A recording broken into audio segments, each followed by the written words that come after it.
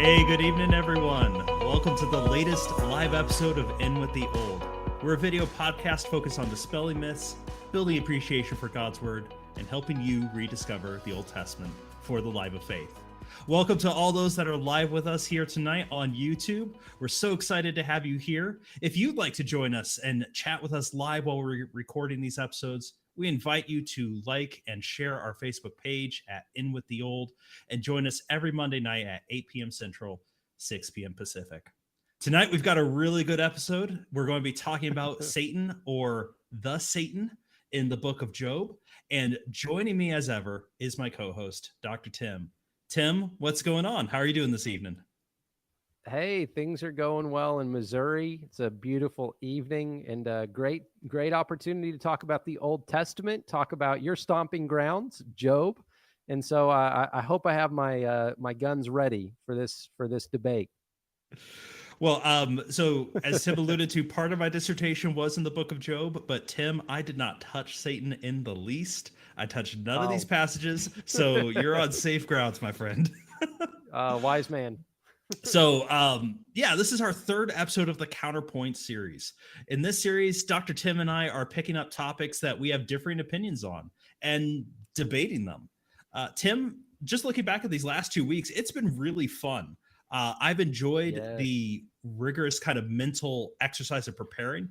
And also after the fact, I feel like I keep thinking and keep going, wow, there's still more to go through. We rabbit trail a little bit. So I just want to start tonight by saying I've really appreciated these last couple of weeks. And so thank you for these really stirring discussions, and I'm looking forward to more.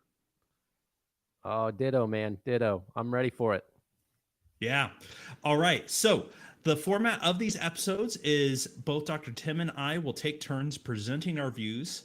And then after that, we'll move to a free-form question and answer session.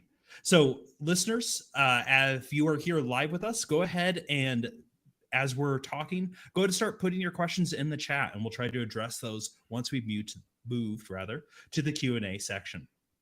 So I'm going to start. Now, to orientate us, we're dealing with the book of Job, and specifically we're dealing with just the first two chapters, right, Tim? So yes. In Job chapter 1, if you have a Bible in front of you, go ahead and pull it open.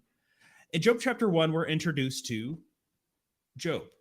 We're not terribly creative when it comes to naming our biblical books. Now, in the first 5 verses, we're given a little snippet of who this guy is. We see that he is a wealthy man. We get a little bit of a knowledge of his family, and then we get a cut.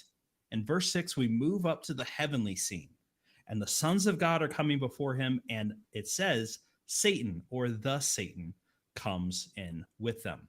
So Tim and I's debate is going to be actually on that. Who is this figure? Who is the Satan? This character only shows up in Job chapter 1 and 2. So part of our debate is not just going to be who or what is this figure, but how significant is this figure to the story? So I'm going to present my view first, and here is my thesis. My thesis is that importing the theology of Satan from the New Testament into this story is hermeneutically improper and distorts the role of this character in the story. So to walk us through this, Tim, I have 3 elements I want to kind of read from my notes here. First, hermeneutics. Now, that's a big fancy word. Hermeneutics is the study of the Bible, its principles, its methods, its rules, etc. Hermeneutically, I don't think you can read the Bible forward and backward. That is, I don't think you can necessarily take New Testament theology and lay it over the Old Testament. That distorts something that is very important in hermeneutics, which is original context. What did this story mean for its original audience? Because of that, I don't think we can read the Bible backward, only forward. So when we read the book of Job, we cannot use any of the New Testament texts and the development of the theology of Satan to interpret this passage. To do so would put improper values. The people who read the story originally, right, would not have them. So I think we have to evaluate this character based on what he does and what we know about him from the time of writing, which is going to be a question we'll have to deal with probably in the Q&A section. When was Job written?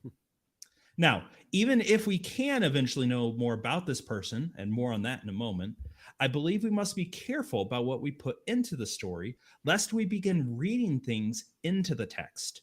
This in theology is known as eisegesis, reading into the text, rather than exegesis, reading out of the text. Reading out is good, reading in, less so. So hermeneutically, I think we need to be careful. My second element I want us to consider is the text itself. We keep saying the Satan, and that's important because the Satan of Job is not a person named Satan. It cannot be grammatically. Tim and I actually won't disagree on this. We'll both agree. Rather, the Satan is a title. Now, why can I say this so definitively? Well, because it is the Satan. The word Satan or Satan is just a transliteration of a Hebrew word, but we say here ha-Satan, the Satan, because it has an article attached to it. Articles in Hebrew, and this is a solid grammatical rule, can never be attached to a name. You can't have the Moses, the David, the Abraham. Instead, the is applied to titles. So simply because it's the Satan means that we can't translate this as Satan. In fact, Tim, much to my chagrin, I could not find a mainline translation that actually just says Satan. It's really frustrating. All of them, or rather, they all just say Satan. None of them say the Satan. So I think that's kind of problematic. But let's put that aside. Now, we also, as a second point textually, shouldn't conflate a title with a singular person. Multiple people may hold a singular title. For instance, we've had multiple presidents in the United States.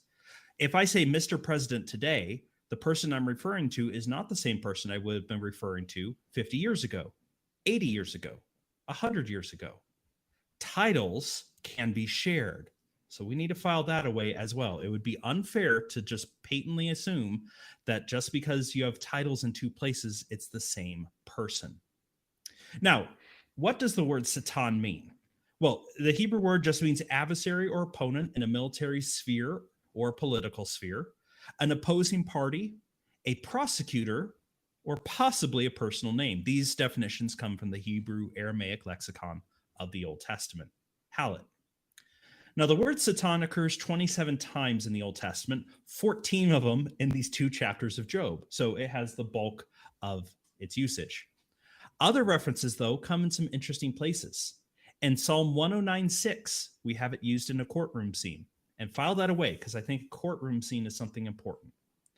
Interestingly, in Numbers 22, Balaam's donkey, we mentioned that last week. The thing sent to kill Balaam is an angel of the Lord called Satan. That's quite fascinating. In 1 Chronicles 21:1, it is used. And in fact, that is arguably the only place where it might actually be a name because it is just a Satan is sent against Israel. Now, we know textually that it does not always mean the devil. And for clarity's sake, Tim, I'm going to refer to the personified enemy of God called Satan often in the New Testament. I'm going to call him the devil just so we don't confuse ourselves here in the Old Testament, if that's all right by you. So it doesn't always mean him. It can also not necessarily mean an angelic creature. 1 Samuel 29, 2 Samuel 19, 1 Kings 11 in three places all use Satan to refer to a human adversary. The other major story with Satan is Zechariah 3:1 and following, and this is also clearly a courtroom scene. So textually, it does mean adversary. It could have a meaning in a courtroom heavenly prosecutor scene or sense, which is what I'm going to be arguing. Now, thirdly, contextually, we look just at the story of Job, readers, and you can check me on this. Please do. You should actually be checking and verifying. Don't just take our word for it. Dig into the text. This figure, the Satan of Job, is not necessarily the devil of the New Testament. I believe, and I'm going to argue, he's a being functioning within the court of God in an appointed position, ostensibly an accuser or a prosecutor, possibly an executioner. We can talk about that in the Q&A. He appears to fulfill a function in God's courtroom. A prosecutor is part of any court. That doesn't make them bad. It means they have a job, which is to attempt to accuse people. But they are fulfilling their rightful function when they do that. Now, he appears to fulfill this function. The motif of the book is going to continually refer back to a courtroom scene, so I believe that makes sense. I don't even think from Job 1 and 2, we can necessarily say he's opposing God's will in any meaningful way. Let's look at what the story tells us. He tells us he's counted among the B'nai Elohim, which is the sons of God, an Old Testament expression for the heavenly host, spiritual beings, angelic creatures, insert your preferred term. When asked where he's come from, he says he's come from the earth, which explains why he's been called out. His role has him outside the courtroom or heavenly realm, generally. That doesn't necessarily mean he has been cast down. Simply, his role is to be elsewhere. Angels travel to the earth. They are certainly not cast out creatures. His description of roaming about, I always read this as a kid as something like nefarious, stalking, lurking. There's no such implication by the terms. It means he's crisscrossed, he's circled around, he's searched out, he's made a transit of the area he's gone to. It's used neutrally or positively numerous other times in the Old Testament. He has done what he's supposed to do, which is search for people to accuse. Importantly, God is going to start the discussion. God is the one who brings up Job, not the accuser, which I find very fascinating. Have you considered my servant Job? Now, the Satan, when asked about Job, answers kind of interestingly. When asked about Job's faith, he says, I paraphrasing here, he seems to assume that Job is pious, but doubts that it is sincere. He says, I think Job serves you for a reason, because you placed a hedge of protection around him. Now, there is an edge to the story here that makes my view somewhat uncomfortable. Satan uses an oath formula, or the Satan. He says, I am sure I will make an oath, because I believe that Job will denounce you, God, when you take away this protection. Now, eventually, what is the outcome of Job being subjected to this heavenly courtroom scene that he does not know about? Well, both immediately and in the long term, there's some interesting things. Immediately, in the two stories where Satan appears and is sent out to first take away the possessions of Job and then afflict Job himself, we see that there is a chink in Job's armor. See, the first time he comes and faces the loss of his kids, this horrific loss of stuff, it ends by saying, in this he did not sin nor charge God with wrongdoing. Excellent. Second time it comes around, though, do you notice there's a change? It says, in this he did not sin in his words. That's not quite as strong as the first time around. Something is happening, and the rest of the book is going to begin expounding upon that. What has changed? Because here's the thing, long term, the Satan isn't quite right, but he's not entirely wrong. Job does have a flaw in his faith. Now, what that flaw is maybe isn't critical for our discussion. I tend to think it's his view of God is too small. I think he sees the spiritual realms, he sees beings, and he thinks they are God and does not see God beyond just the heavenly created beings. I don't think you have to agree with me on that to agree with this point. The Satan is not right that Job would denounce God. Job doesn't do that. But he is right that Job's faith did require deepening. So I ask, did he actually oppose the will of God? Or through his actions, has he caused someone to now come into a deeper faith with God? That's an interesting point. He does not show up, by the way, at the end of the book to have a resolution. He is kind of cast aside, which brings me to my final key point. Focusing on this figure, and a lot of ink is spilled on this figure. We're having a podcast about it. But focusing on this figure obscures the high theology of this book, and I think obscures the message if we think that this is the devil. The key figures of this book are Job and God and their relationship. While there seems to be an obvious parallel between this role and the eventual personified enemy of God, is that this figure that we see in Job? I don't know, and I tend to think not. Alternatively, are we seeing the devil's replacement?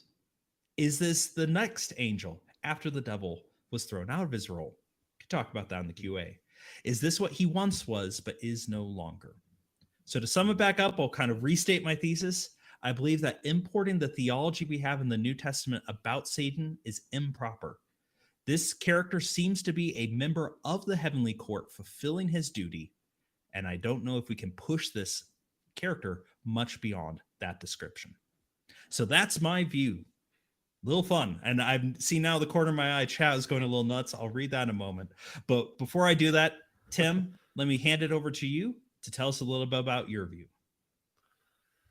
All right. Hey, well, thank you, Brian. And I just want to say this up front. This is a discussion that for some might be a little bit disorienting, but that's okay. And Brian, as you know, there was a little bit of controversy about this a couple of years ago, really based on a mistranslation of Hasatan as a proper noun.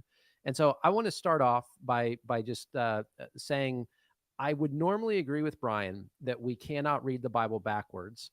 And essentially, that means that we have to take the information that we have at the time of writing, and we'll probably talk about the time of writing later in the Q&A, but we have to consider who the audience is at the time of writing and consider what they would have known.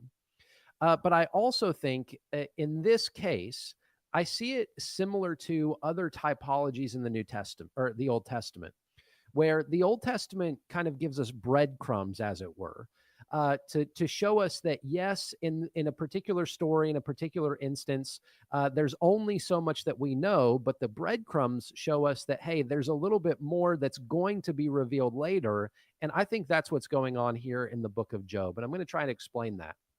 So here's the agreement that I have with Brian. Satan, Hasatan, is almost certainly a title. And we know that because of what Brian stated so well. That definite article, which would be translated in English as the, is attached to Satan, the noun Satan, in every instance in Job. So literally, it would be Hasatan or the Satan. In other words, we pretty much know definitively it's not meant to be a proper name. Now, it's because of the New Testament that, as Brian mentioned, so many of our translations go back and they make it a proper name. But really, technically, with the Hebrew, that's not the best translation. I'm going to refer to Satan as the accuser in this, and just because I think that does fit the function in Job. What do we also see? Brian mentioned it. The accuser is referred to as a son of God, B'nai Elohim. So what does that mean? Well, angels are referred to in various places in the Old Testament as sons of God. Humans are also referred to as sons of God, which creates a little bit of ambiguity at times. But very clearly, this accuser is an angelic being who's part of the heavenly court. So on that, I totally agree with Brian. But where I think I tend to put more weight on some of the tension or whether you want to say like the dark background music that we're intended to hear in the background of Job, I think that the accuser or Hasatan in this story is presented as, in one sense, not just functioning under God as his steward or as his prosecutor in the heavenly court. I think we are meant to feel the tension that the accuser is trying to go even beyond God's designed program for him. And here's why I think that. Because even as God brings up Job to the accuser, and I think that's so important, it's not because Job did anything wrong. And sometimes we get into our minds that Satan brought Job up. No, God is the one who said, "Have you considered my servant Job?" At which point the accuser comes and he basically says to God, "Well, of course," and this is paraphrase again, I've considered him, and of course he's going to bless you. Of course you're going to say he's righteous. Why? Because you've protected him. Yes, he's a man of perfect integrity. Yes, he fears God and turns away from evil because his life is perfect. But here's where I think we see that kind of notorious undertone. It's in Hasatan's reference where he says, "But stretch out in your hand and strike everything owns, and he will surely curse you to your face." And and this is a twofold nefarious statement. First is he's not just trying to sift through Job's faith. He's trying to say to God, "No, I think I can actually get him to curse you to your face." In other words, God, not only are you wrong, but you are exactly wrong. You are precisely wrong. Job is not righteous. He will actually curse you under the right circumstances. But here's where I think we also see kind of a challenge beyond what we would normally see in that heavenly courtroom scene. The accuser here is basically saying to God, "God, I think you are wrong about this." And this goes beyond, say, a prosecuting attorney before a judge. This goes to an out of bounds kind of statement in my mind about how even an angel would speak to God apart from there being some kind of rebellious spirit. I mean, think of this. For the prosecutor to say to the Most High, actually, your assessment of Job is wrong, and I'll prove it to you. To me, that goes beyond what we would normally see in, say, an objective accusatory role, or a prosecuting attorney who's just trying to say honor God by showing that Satan is, or that Job is a sinner. And here's where I think we see another connection. In Zechariah 3, Brian mentioned this. Hasatan, right? The Satan comes up in another heavenly courtroom scene. And I think importantly, in that scene, basically it's an exilic scene. Joshua, who's the high priest, comes into the throne room of heaven, and the angel of the Lord actually rebukes Hasatan. At which point we see, again, this isn't simply an angel doing his job. He's rebuked by the angel of the Lord, and he's basically told, stop. You are going too far. You are throwing Joshua's sins at him, but the Lord rebuke you, Satan. Now, to the point that this speaks to function, I think that's actually true, right? Hasatan means the accuser, right? And that is a statement of his function. But I think it's also very possible to see that perhaps Satan, or what Brian referred to, or who Brian referred to as the devil, perhaps he retained that role to some degree even after the fall. And we see part of what his rebellion was going beyond the bounds that God gave for him to properly accuse human beings. So I'll talk about that more a little bit later. But I think an indication that that's actually a very old interpretation is the fact that the Septuagint, the LXX, refers to Hasatan, or translate Hasatan as the Diablos, or the devil. And I think that even choice of translation indicates that before Christ, before the New Testament and the identifications there was a tradition even within Judaism of seeing Hasatan as someone who was beyond simply an objective prosecutor or an objective accuser, and someone who was opposing the purposes of God. So let's talk just briefly about the New Testament. I normally, again, agree that we need to take only the information we have at the time, except for in situations where there seem to be the breadcrumbs that cause us to lift our eyes and look forward. So who is the Hasatan, and how do those breadcrumbs work themselves out? Well, the New Testament, I do think, gives us some pointers. So the New Testament speaks of Satan's pride. And Paul, by the way, does use the name of Satan in the New Testament as an actual proper name, right? The definite article in various places is dropped. He seems to refer to Satan as a being. And rather than using the name, he uses the title that kind of becomes the name. You know, think of a nickname that you just start to refer to someone as. My favorite is Albert Pujols, who is referred to as the machine, right? But in the New Testament, we see various places where this same being seems to be identified with Satan, and then ultimately identified with the serpent. And so those breadcrumbs in the Old Testament that point to the kind of overreaching of Hasatan's role, eventually, to me, in the New Testament, culminate with an identification of Hasatan as the devil, as Brian mentioned. And I think it is pretty definitive in the New Testament. And I would just, on the premise of disagreeing with Brian's hermeneutical point, I think it is valid for us to look at that and say, okay, there were breadcrumbs in Job, there were breadcrumbs in Zechariah, there were breadcrumbs in some of these other passages, and in the New Testament, those breadcrumbs ultimately lead us to a destination. In other words, I would say there is hermeneutical warrant to read a little bit forward into the New Testament and then make the identification. Although, here's where I really agree with Brian. The theology of Job is not dependent upon the character of Satan. It's not dependent upon the character of Hasatan. In fact, if anything, Hasatan is underplayed. As Brian mentioned, he comes forward in the prologue, but he's not mentioned at the end of the book. So whoever the identification is of Hasatan, that really is not the point of the book. The point of the book, as Brian mentioned, really has to do with what Job says at the very end. I spoke of things I did not understand, things too wonderful for me. And so whoever Hasatan is, I believe it is Satan. I believe that identification is consistent in particular places in the Old Testament and then in the New. But I fundamentally agree with Brian that the identification of this figure is not the point of Job.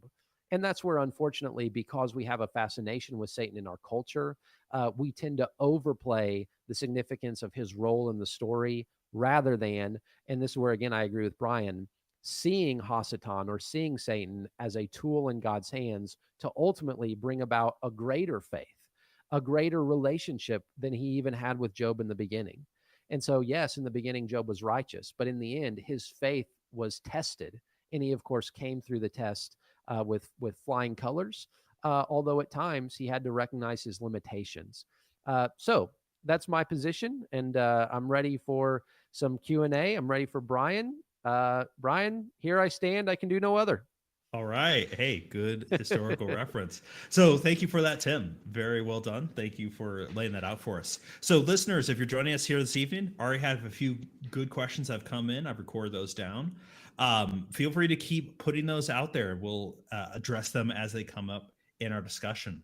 So Tim, I have one quick clarification question for you, and then I want to address something that you brought up. So just a quick thing so I know where you're at. The figure in Job is using the title, the Satan. Yes. This is the same person, character, figure, however you want to define that will eventually be the devil, the serpent, etc. The personified enemy of God. That is my position. Okay. Yes. Okay. Just want to make sure I did get that clear and didn't import that on you. So something you brought up was the Septuagint. So the Septuagint, right, is the Greek translation of the Old Testament, and it does use the term diabolos. That doesn't help us at all here because, again, it's reading backward. So the Septuagint not only is a Greek translation of the Old Testament, and it is pre-New Testament, but it itself is built upon, in this case, two further developments. So you actually, Tim, brought up the Book of Jubilees, which is part of the right, Jewish Second Temple literature. The Book of Jubilees connects Satan in a couple interesting ways. They connect it to the Prince of Astema directly, and the demons or devils that come from him. Typologically, he's been connected to Belial by the Dead Sea Scrolls. So you have a lot of development in Second Temple Judaism of the Satan figure. And I'm going to reference... Oh, that's shining out. There we go. So this is The Satan by Ryan Stokes, came out last year. Listeners, you totally can read that. There's not like untranslated Hebrew. It might put you to sleep. It's a bit of a technical work, but Stokes' main point is that most of the development of the theology of Satan happens between the Testaments, but importantly happens probably before the Septuagint is written. So I would argue that Diabolos is not an independent data point. It's predicated on the theological development that's taken place. It is not part of the original text here. So I just want to push that out there. Now, we might still be disagreeing on breadcrumbs and forward and backward, but that's how I would kind of respond to the Septuagint. I don't think it's a reliable, giving us a reliable tradition. It's dependent on something already. Yeah, and Brian, I totally agree with that, obviously. I think my point is, and I'm glad you brought it up, because in the intertestamental period in particular, there is a lot of focus on angelology and demonology, right? I mean, this is where a lot of the things that we see in the New Testament really come from, or at least are birthed from. But my point was really maybe more simple, and it's that essentially there is attestation for that belief and that identification in the Jewish literature as evidenced by the Septuagint. So it's not that it was concurrent with the writing of the book, but rather that there is a Jewish tradition going even before the New Testament that does make that identification. So we're just not relying only on the New Testament. We're also relying on other Jewish tradition. Yeah. Okay. Yeah, that's a fair point. I guess I already asked a question. I'll let you ask a question then before I jump in on something else. Okay, so you mentioned function, and I love the example you gave of the President of the United States, because I think that really proves the point, right? You can have one person functioning in that role, and then 4 years later or 8 years later, you will have another person functioning in that role. But here's my question. Does it have to necessarily be a revolving position? You know, something you said, Brian, that was interesting was you think it's at least possible, or at least this is my take from you. You think it's possible that the original devil, right, or the devil, we should say, held a prosecutorial position, then fell from heaven, and then another angel was appointed to replace him. Is that something that you see as possible? Would you say that's your preferred position, or how would you see that? It would make, I don't know if I'd go so far as to say it's my preferred position, but it would make sense of a lot of things, because there's a lot of breadcrumbs, if we're going to use that terminology, from the New Testament connecting back. Now, I don't know if I don't think it's connecting to Job's story. I think it's more general than that. Yeah. Now, I agree with the point you brought up, that it seems a easy step to move from the one that is accusing people of breaking someone else's law to saying, I'm now the arbiter of the law, right? The usurping of God's role in that. That makes a lot of sense. And so I could see that happening. But I have a problem, and if I can combo a question off your question, my problem in seeing Satan, the devil, here in Job is, why is he in heaven? How can he be there?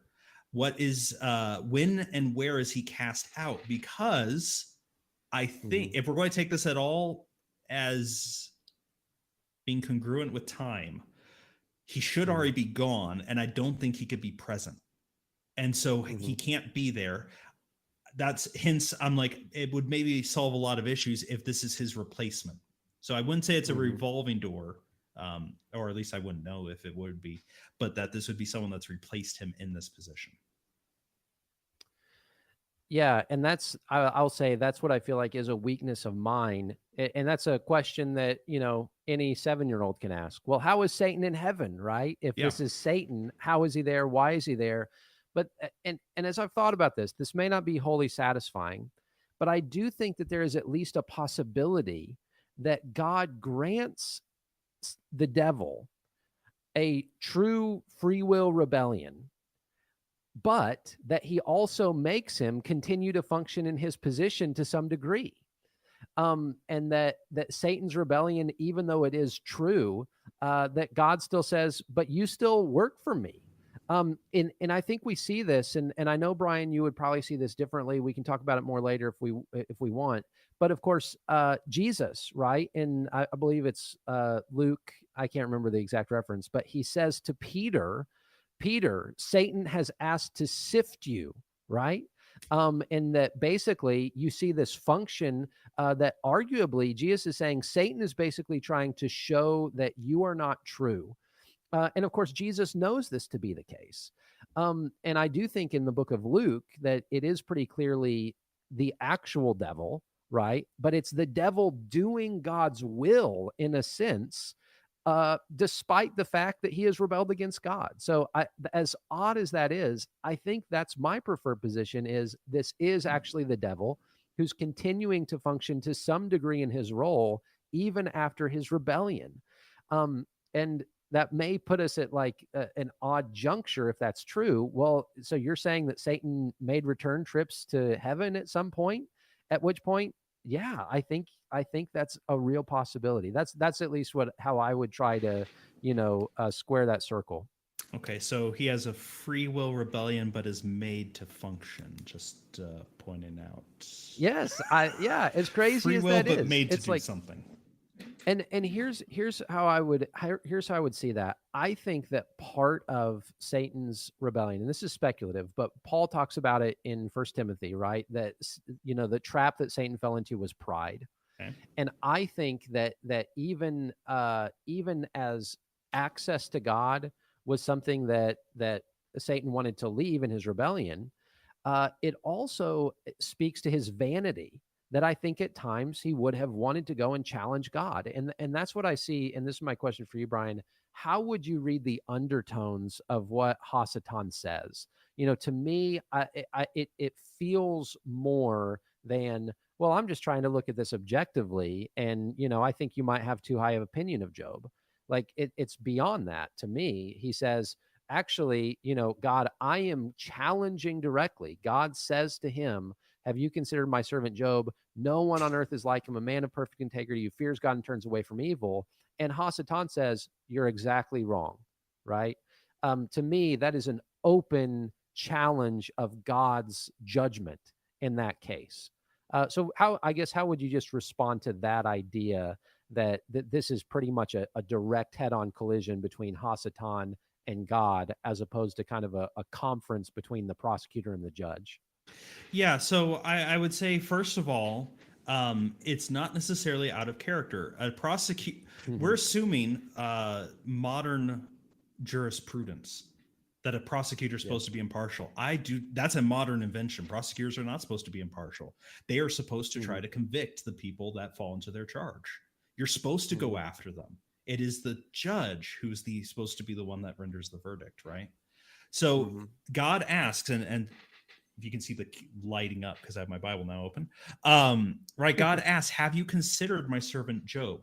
And if we're following along, Mm. the Satan has just said, "I've searched everywhere." So this is a fair point, right? He's like, "Okay, you've been everywhere. Have you seen my good buddy Job? There's no one Hmm. else on earth like him, a man of perfect integrity who fears God and turns away from evil." Right? Hmm. How honest of a statement is that? This is Mm. the judge asking his prosecutor, "Have you done your job? Have you gone out?" Now, look at this guy. He seems to be really good. He passes the sniff test. The Satan Hmm. then answers not with a direct challenge, but a question. Does he fear you for nothing? That's Mm. actually a very interesting question. And the answer to that is probably, you know what? He does kind of, his faith is bolstered by your blessings. um, Yeah. haven't you placed a hedge around him? Haven't you done things to work in his favor? In which case, as a prosecutor, wouldn't you go, well, that's unfair to evaluate Job that way. And that's now unfair to evaluate other people that don't have that. Hmm. So I would still argue he's fulfilling his function in a court setting. He is Yeah. challenging, he is pushing, but that's his role. But this is also why I'm open to the idea of this could have been the role of the devil beforehand, because this is a very you can see there's a knife's edge of how far do I push this role before I'm in Right. outright rebellion. Um, Yeah. like I'll fully admit that the oath formula he makes is a little interesting. Um, Hmm. my something that keeps me up though is the figure doesn't appear, so the Satan doesn't appear at the end of the book. Now, we'll do maybe a little background here. The Book Hmm. of Job is something that bedevils scholars. Pun absolutely intended. Um, from writing, from composition, a popular theory. I don't think one, Tim, that you and I subscribe to, but a very popular theory is that there are different versions of Job. That the earliest Job is this Hmm. guy talking with his friends. In that vein, it matches some ancient literature we have from like Egypt, A Man and His Ba, which is Hmm. second millennia BC. But that the court scenes at the beginning and God talking at the end, or maybe even the rehabilitation of Job at the end, are later additions. And why they're later additions comes down to the scholar. Is it, trying to excuse God from doing these things? Is it lots of theories? But right, they'll say that these stories aren't original, they've been added on. Hmm. Interesting thing is that Satan doesn't appear at the end of the book. We go Hmm. just to God and Job, which I think is foreshadowed here because the Satan does say he's going to curse you to his face, which adds this kind of interesting through line of tension of at Hmm. some point in the story, Job will see God face to face and what's going to happen when that day comes. Hmm. Satan, though, doesn't appear at the end of the story. If this was the devil, if this was the personified enemy of God, wouldn't you want a curse scene like from the garden? Wouldn't you want the Hmm. comeuppance saying, you tried to do this? This is, in some ways, there are overtures of the creation story, right? Job is kind of Adam 2.0 in this sense of there's an antagonist trying to twist God and humanity and their relationship, but there Hmm. is no corresponding reply. My question would be Hmm. why?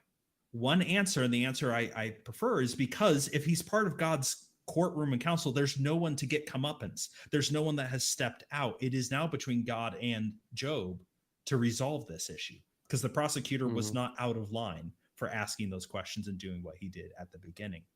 Why would you think Yeah. that Satan doesn't appear at the end of Job? Yeah, I think for me, there's two theories, right? And the first is that he does in the form of Leviathan, right? And this is something that is beyond the course of this discussion, but right, this whole possibility that Leviathan actually represents Satan and that Behemoth actually represents death. So I just want to throw that out there. I'm not totally convinced by that, Yeah. but some people do believe that. Now, I think it's more to show. I think it's a rhetorical thing that part of what we see in the book of Job is that Job never receives his answer. In terms of, or I shouldn't say that, he doesn't ever receive his answer, but we're never told that Job knows anything about the heavenly courtroom scene. As far as he knows, it's just this tragedy, and he's had to trust God. And so I think even rhetorically, it wouldn't make sense to say, oh, God wants you to trust him even when you don't have all the information. Oh, but here's the rest of the information from the prologue. I think actually it makes sense from a literary perspective to leave the reader without that information, just as Job would have never had the information himself. But the reader's given the courtroom scene, so why wouldn't we be given the resolution to that as readers? And I think that's a great question. The reason for that is we have to have the prologue information to understand that God has evaluated Job as righteous, and that the entire thing is premised not on Job's unrighteousness. Otherwise, we might be like the friends. In other words, we have to have the information of the prologue as an indictment or a corrective to the friends' theology. Otherwise, if there's nothing and all you have is here's a righteous man and he suffered, we might be tempted to say, like the friends do, well, it's probably Job's fault. Well, no, we know it's not Job's fault because God brings him up to the accuser. So I would just argue the prologue information is necessary in order to understand the theology of the book, whereas a postlogue or an epilogue is not necessary. And I might actually subvert the point of the book, which is trust God even when you don't have the full story. Yeah, here's my next question for you, Brian, and then I would like you to take a few minutes and tap into your expertise on the dating and why that might matter. Sure, and we've got some good questions as well from the chat. We can jump in here, but yeah, let's go to yours, and then we'll talk dating, and then we'll bring in some of the chat questions. And here's the breadcrumb analogy in Zechariah 3. Hasatan is rebuked.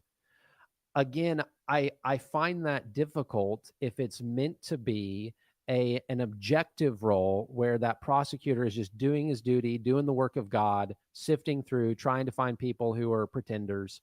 Why would the angel of the Lord rebuke him in a conflict with the high priest, or you could say tension with the high priest of Israel? Why would he rebuke him in the name of the Lord if he were just an objective, duty-following angel who's the prosecutor in heaven? I'm interested in your just thought on that. Okay, so I'm not as much of an expert in Zechariah 3, but a couple things I would say. First, we are making the assumption that these are both the same figures. I am comfortable with that assumption, but let's call that out. That is an assumption. Two, we are seeing a vision. And so we should also be working through what is this vision supposed to be communicating to the people. I think a clear message out of that passage is the mercy of God triumphing over judgment. So that, I think, remains whether or not it's the devil or just an angelic member of the courtroom, right? Because you do have this tension of people are guilty before God. God is both merciful and just. So we have to see that play out somehow within God himself and his. I think the courtroom is establishing that, right? There is not, at least in my theology, there is not some duty owed to the devil for human sin. He is out of that. It's all related to God. So we have to see that playing out somehow, purely on his side. That's what I would say. So I don't know the nuances or ins and outs of Zechariah 3. There's more work for me to do there. This is why I like to do this, right? There's always more work to cover. But that would be my saying is, like, let's be careful of stressing a vision too much. By the way, Stokes argues that Zechariah precedes Job in terms of dating, that Job is actually the final Old Testament form of Satan as a developed character, with Numbers 22 being the earliest, which that's kind of an interesting development, but that's probably beyond what we'll talk about here.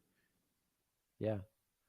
Okay. Well, one of the questions online, Brian, is I think teed up for you. So it basically is, when was Job written? That's a great question. So I think that's from Jacob. And yes, Jacob, we are being bold going against Monday Night Football, but or foolhardy. I'll own foolhardy. So here's the challenge: the setting of Job is ancient. This feels like the world of Abraham or the patriarchs. You have a guy who is acting as the priest of his own household. His wealth is measured in terms of goods, not coinage. And that is kind of important. By the time of King David, right, we're talking about gold and silver as a measure of someone's value. But Abram's value is measured in sheep and in goats. Job is in sheep and goats, right? So the setting does appear ancient, patriarchal. And that's led some to go, hey, maybe the story is written back then. Maybe this is, in fact, the first book actually written from the Old Testament. I mentioned it briefly. We have similar type stories of a man kind of wrestling with God and the role of the human and the divine. We have those from several cultures, Egypt, Assyria, the Hittites. The copies we have are all fairly ancient. These are late second, early first millennia BC. So by that I mean like 2200 to like 1800 BC. That's back in the time of the Pentateuch. That's back in the time of Abram. Having said that, based on the theology, based on a few other factors, some people are like, no, this feels very developed. This feels very technical in its form of Hebrew and its form of theology. And so this might actually be one of the last books written in the Old Testament. It's something that very few Old Testament scholars will agree upon. I argued in my dissertation, so this is where my dissertation intersected Job. I think Job and the prophet Habakkuk interact, or rather, I think the prophet Habakkuk quotes Job. We do know when Habakkuk was, right? So that's 6th century. So that means that the book of Job, in some form equal to the material quoted, existed at that time. Now, Tim, I said I didn't deal with any of these passages. I didn't deal with the prologue or conclusion. I did deal with a couple of the speech cycles, and I did deal with the character of Elihu, who is also someone that people are like, this feels tacked on because you have Job and his 3 friends, and then just a 4th friend appears. I think all of those exist by the 6th, 7th century, somewhere in there. I don't know how far before that, and I don't know if the copy that Habakkuk had is the exact same copy you and I would have today. So how's that for a nice non-answer? I'll leave us all with this to consider. From Adele Berlin, she was talking about Esther, but it bears mentioning here. We need to not confuse verisimilitude with historicity. Just because it sounds ancient doesn't make it ancient, right? We have historical fiction. That's a genre. So I think there's some good reason to say that parts or the majority of Job are quite ancient. I'm going to put it at least at the 6th or 7th century. After that, you have Baba Bathra is the first quote or first citation we have from Job. So that's where we can definitively put it in history. But that's like, oh gosh, when is Baba Bathra? Is that 3rd century? Yeah, I think it's so. Second Temple period. So listeners, I hope that you could follow that. That's my best guess at dating. So Brian, Cynthia, I don't know how to say her last name. Bod, maybe. Beatty.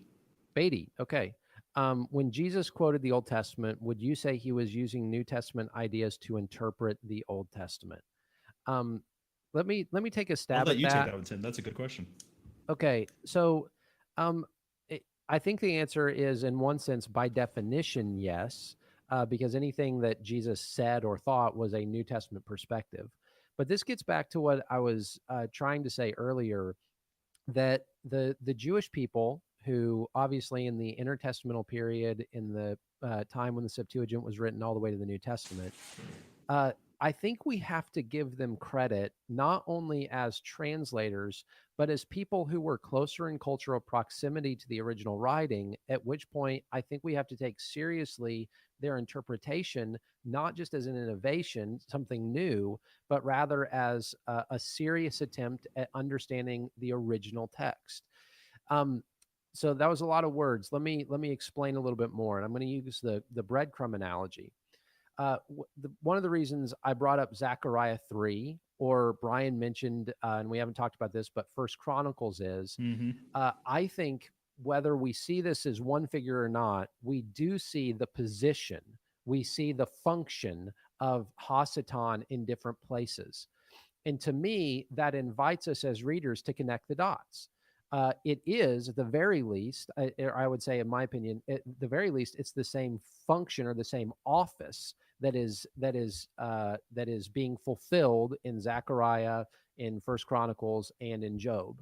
And so when I say connect the breadcrumbs, I think the Old Testament itself is inviting us to consider that position and the possibility that that position is filled by one creature.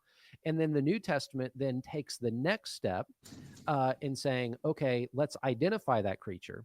And here's what I would say, even in the New Testament, we see the diablos, or we see Satan, it's translated variously in the New Testament, immediately in the temptation of Jesus, where he does seem to be performing a very similar function that we see in the book of Job.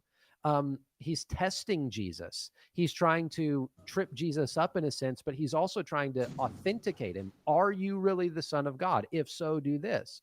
And Satan may have intended to be tripping him up, but Jesus is ultimately validated as the true Son of God through what Satan does. So here's my argument. There are multiple references in the Old Testament we're meant to connect with the breadcrumbs.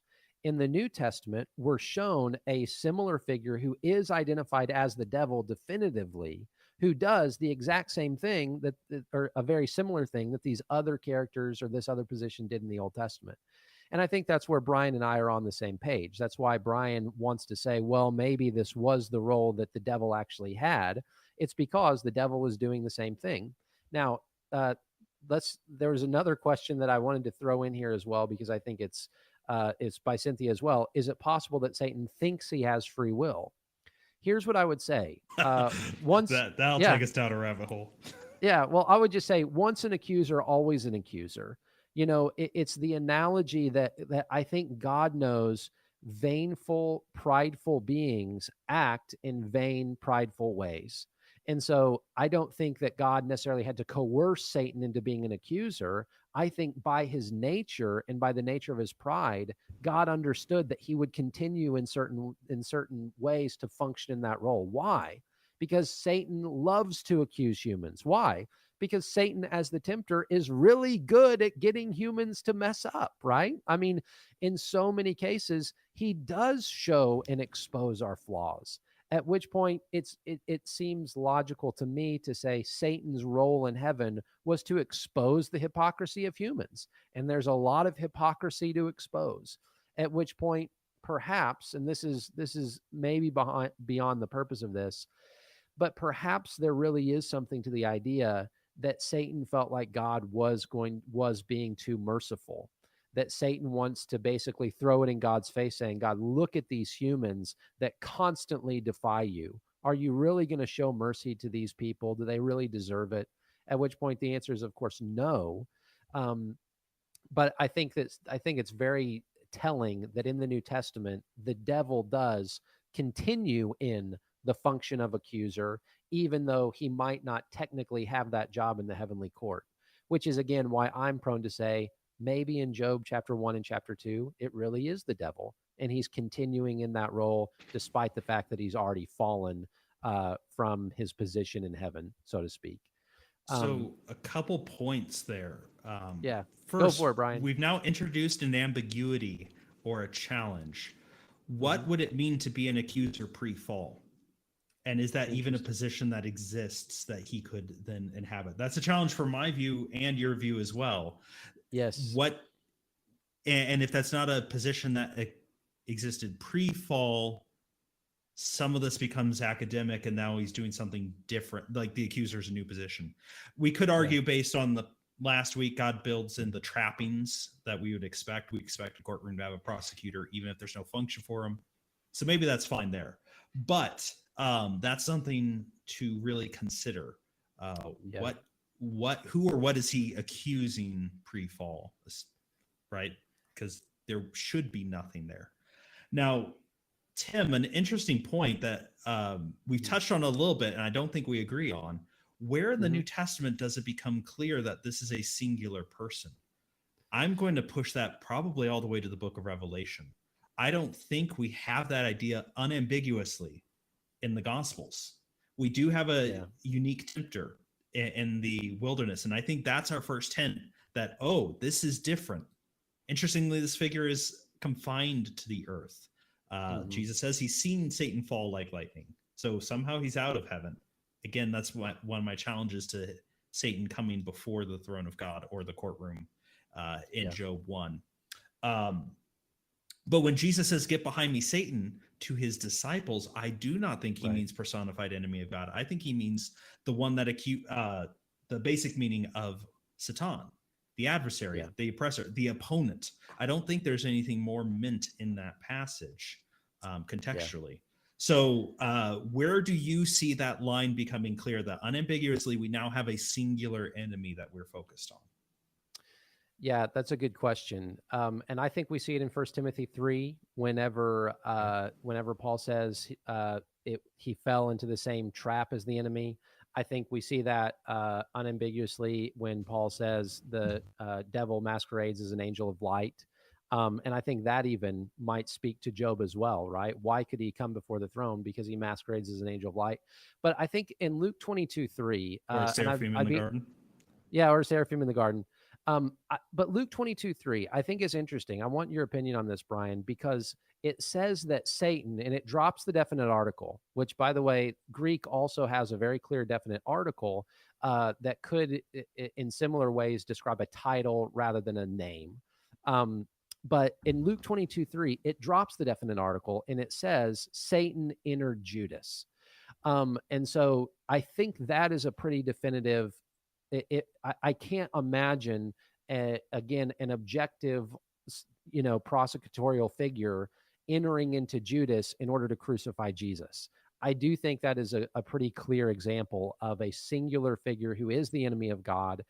Who, by the way, that follows up on the earlier trial of Jesus, where it says that, and I can't remember if it's the Diablos or if it's Satan, which Greek word is used, but in the temptation of Jesus earlier in Luke, when it says that Satan left him for an opportune time, then we come back in Luke 22:3 and it says that Satan entered Judas. I think that is, in my mind at least, pretty definitive, but Oh, and I'm happy to be corrected, Brian. I would not claim that that is the prosecutorial. That is way too hard of a word to try to do live. I would not say that that is a good character. That is an enemy. That is an opposition.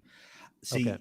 one thing I think you're assuming I would hold, and I don't, is as soon as we move to the New Testament, I think all of our usage of the term Satan is now influenced by the Second Temple writings that you have said. And we are Okay. now referring to an adversary of God. I don't think Okay. it's been crystallized into a singular figure until near the end of the New Testament, but based on Jubilees, based on the Dead Sea Scrolls, based on development in Second Temple Judaism, I think we have it there. But my point is the Old Interesting. Testament alone is not sufficient to get us there. And I don't think those figures are necessarily at the adversaries in the sense the New Testament uses them. That requires further development.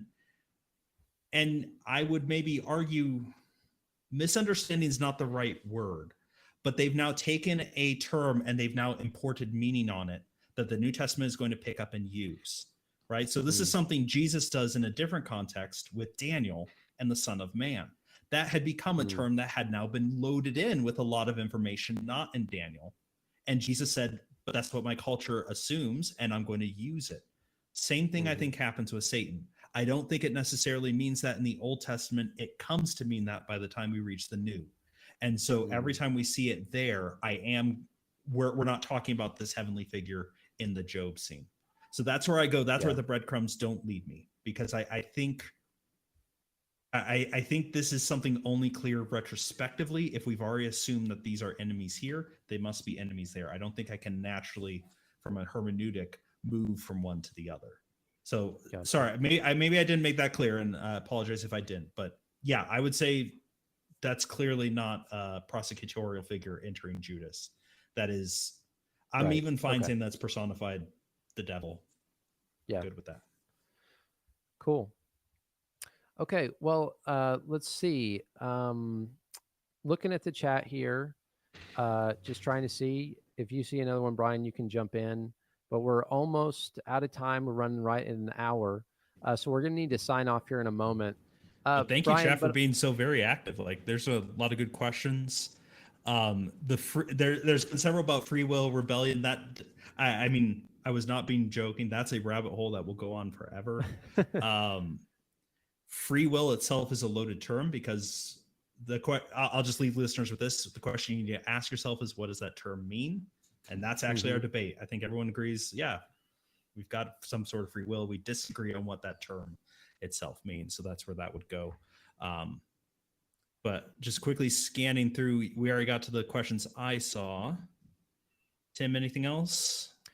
Yeah, I'll just reiterate again. When we think about Job, it is very interesting and to think about the identity of Hasatan. But I want to come back around and say the theology of the book of Job is really incredible, and I think it's a good example of how we really need the Old Testament, because there is no, in one sense, New Testament Job.